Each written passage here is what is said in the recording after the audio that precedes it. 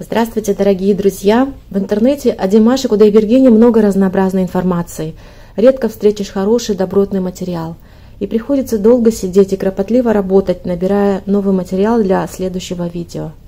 Статья автора Лоредано де Мишелис, родом из Италии, профессионального психолога, сразу бросилась мне в глаза. Статья отличается своей лаконичностью.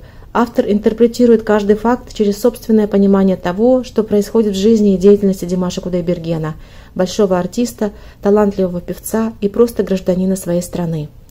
Я сразу оговорюсь, что в статье ничего не меняла, оставила ее такой, какая она есть.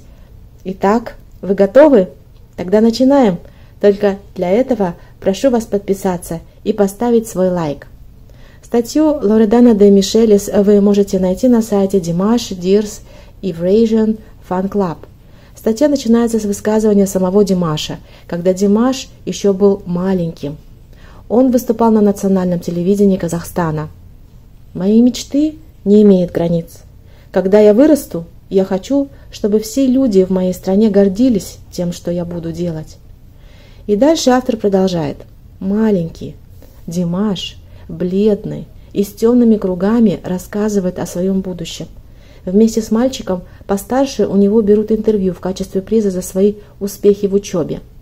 Его мать сопрано, а отец тоже музыкант, является советником Актюбинского района по культуре. Читая бесчисленные биографии Димаша в интернете, выясняется, что в детстве он любил посещать концерты своих родителей и бегать по сцене в конце выступлений и тоже кланяться перед зрителями. В возрасте 5 лет он уже играл на пианино, и его учитель начальной школы вспоминает, что видел, как он добирался до школы измученным, потому что он провел ночь, работая над своей новой аранжировкой традиционной казахской песни. Его мама говорит, что он плакал от отчаяния, когда они пытались отвезти его погулять в парк, оттаскивая от его композиционных маний. Теперь, когда Димашу исполнилось 25 лет, он все еще звонит и благодарит своих бабушку и дедушку после каждого концерта. Он первенец и был воспитан ими, согласно казахской традиции. Это они каждый день водили его в музыкальную школу, даже когда шел снег, даже когда они болели. Семья Димаша теплая и поддерживающая. Это его первое большое богатство, за которым следует его необыкновенный талант и его вокальная ловкость, часто рассматриваемая как сверхчеловеческая ютуберами, которые спешат снимать свои реакции всякий раз, когда Димаш выпускает новую песню в интернете. Они собирают тысячи просмотров и способствуют его славе.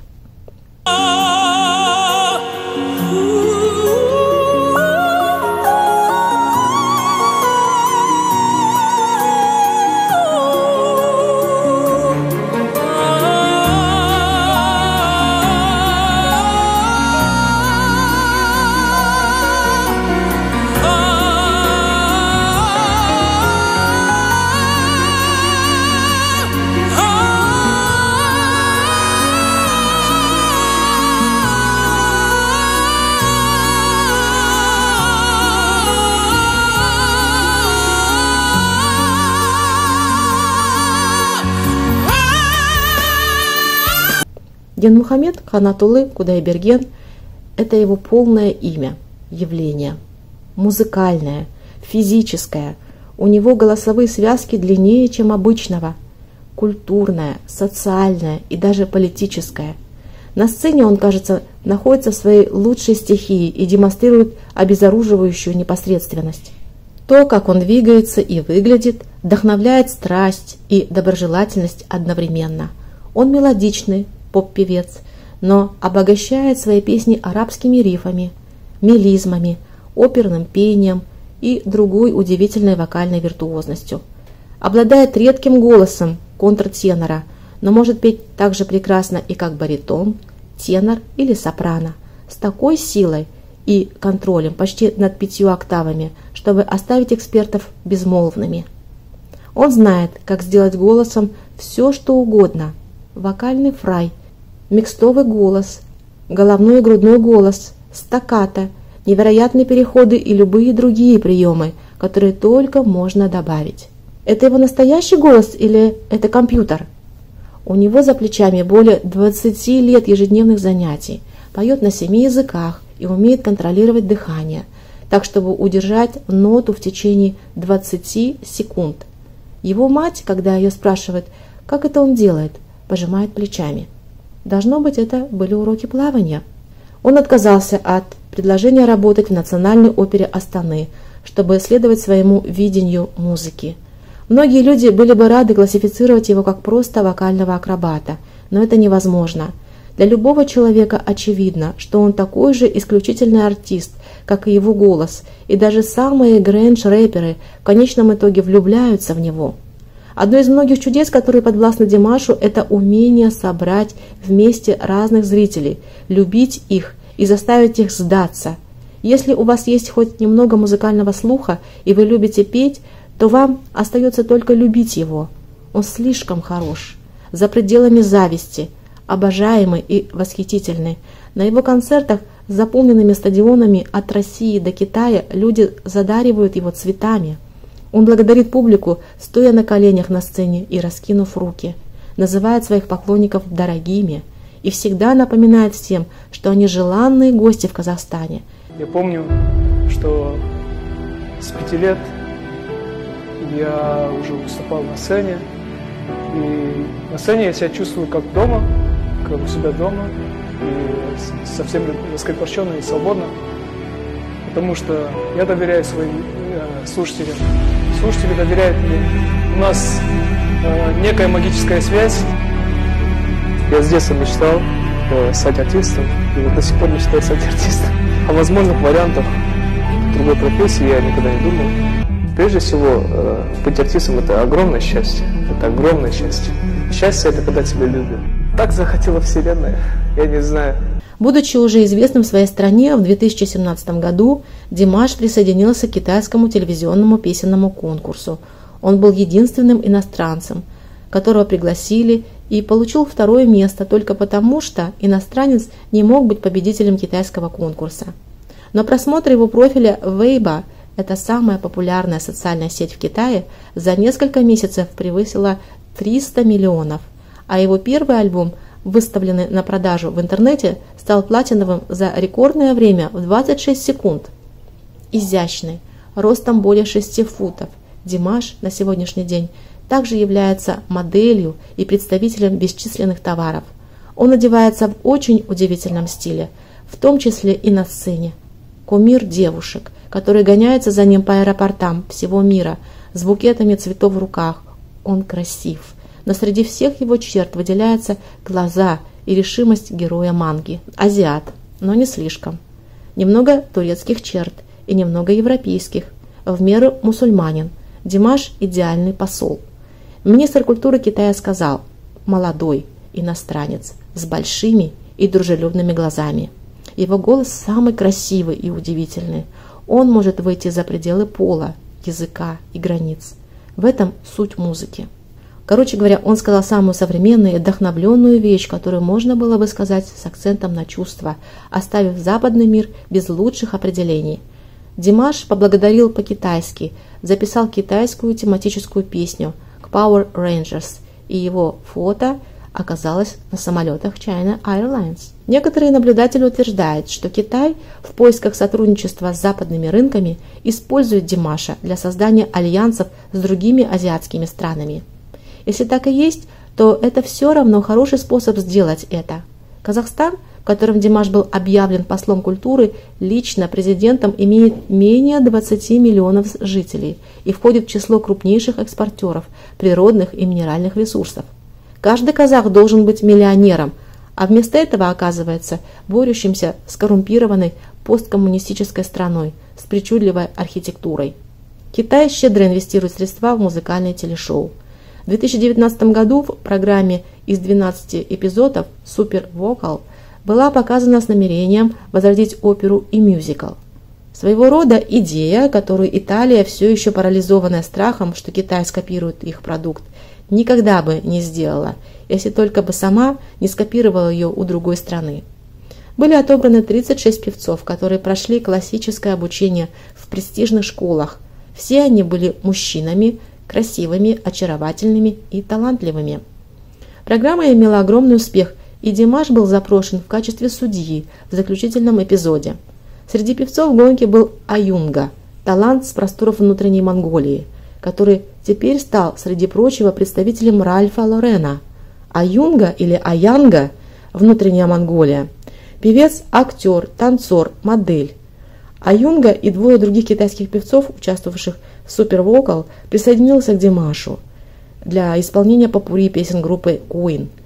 Если кто-то из YouTube-певцов надеялся, что Димаш не может спеть идеально песню в стиле рок до этого, то как минимум он должен был изменить свое мнение после. Взрыв популярности последних 2 лет заставляет Димаша очень много гастролировать, но он работает без устали, совершенствуется, воплощая свои яркие и гениальные идеи. Так получилось, что Лара Фабиан спела ему песню «Happy Birthday» на Facebook, и Андреа Бочелли захотел с ним познакомиться. Но прежде всего Игорь Крутой, известный российский композитор и музыкальный продюсер, решил посвятить себя исключительно ему. Игорь Крутой, должно быть, любит этого мальчика, потому что он не только сочиняет эпическую музыку, которую может петь только Димаш, он делает тексты, написанные на итальянском языке, и они являются очевидным гимном Димашу и его молодой жизни. Все это может показаться слишком приторным, пока вы не услышите вступительную песню Олимпийских игр в Минске с более чем 100 элементами оркестра, спетую вживую Димашем, одетым в пиджак, вдохновленный казахским флагом. На мегаконцерте Арнау Димаш, на этот раз одетый как космический друид, спел ту же песню, сделав ее мгновенно успешным, хитом на миллион. Песня называется «Огни Пьетро. Каждый камень» и вонзает бельканто прямо в сердца миллионов людей со всего мира. Любопытно, что я не нашла подобных комментариев в видеороликах реакций. Димаш использует ушные мониторы, а также микрофон очень личным и квалифицированным способом. Во время некоторых выступлений он снимает левый ушной монитор, чтобы лучше контролировать свои высокие ноты. В этом видео он часто подносит руки к ушным мониторам, чтобы вернуть их на место, так как когда он поет с широко открытым ртом, мониторы выталкиваются наружу движениями челюсти. Концерт Арнау в Нур-Султане, Казахстан, получил значительную государственную финансовую поддержку, нанял более 500 человек и заполнил стадион. Более 10 тысяч поклонников прилетели из разных городов мира, чтобы добраться до столицы, о которой они никогда не слышали. Для Димаша, который всегда мечтал о большом концерте в своей стране, это стало еще одним достижением. Во время этого концерта Димаш также спел свою знаменитую кавер-версию песни «SOS», находясь на платформе подвешенного шара, летящего над зрителями. С тех пор, как Денис Тен, один из его лучших друзей и единственный казахстанский олимпийский фигурист, был зарезан в Алматы 2 бандитами, Димаш посвящает эту песню ему и показывает видео, на которых Денис катается на коньках. Он сказал, что всегда будет это делать. Также он сказал, что поет и всегда будет петь живьем, и нет причин сомневаться в этом.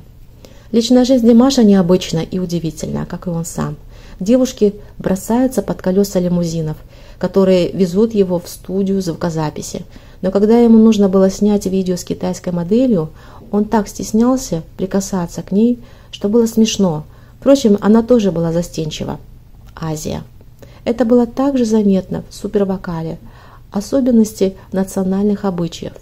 Димаш говорит, что он холост и что он хотел бы иметь девушку, но о неразборчивости, особенно выставленной на показ, не может быть и речи.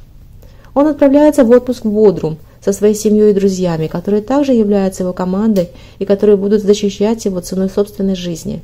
Его поклонники любят его именно за это, ведь он эмоционально обнимает детей и уступает место пожилым дамам, потому что в Инстаграм он выкладывает фотографии своих друзей и родственников и никогда не забывает об их днях рождениях, потому что он видит в Инстаграм певицу, которая красиво поет и предлагает ей выступить на сцене вместе с ним на следующем концерте.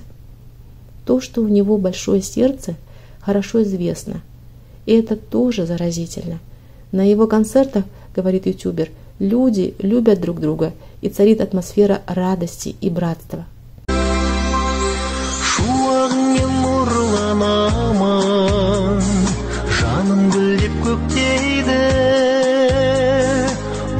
Жабы болғанамның дейді